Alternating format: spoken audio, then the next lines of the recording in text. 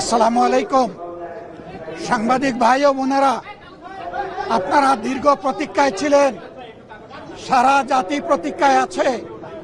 বহু প্রত্যাশার একটা নির্বাচন হয়েছে। নির্বাচনের ফলাফল নিয়ে আজকে আমরা কোনো কথা বলবো না, কিন্তু আমরা বুক ভরা আশা নিয়ে এই সংসদে এসেছি, যে এই সংসদ জুলাই শহীদদের রক্তের উপর দাঁড়িয়ে আছে। আমরা অনুরোধ করেছিলাম যে এই সংসদে যারা ফ্যাসিস্ট সরকারের দূষর ছিল, যারা খুনের সহযোগী ছিল, তারা কেউ যেন এখানে কোনো বক্তব্য রাখতে না পারে।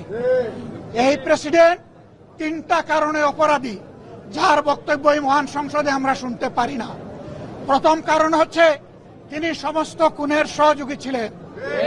তার আমলে যে খুনগুলো হয়েছে, একটা খুনের বিরুদ্ধেও তিনি শাসক গোষ্ঠীর প্রতিবাদ করেন নাই। সেই খুনের তিনি কোনো ব্যবস্থা গ্রহণ করেন নাই। প্রেসিডেন্ট রাষ্ট্রের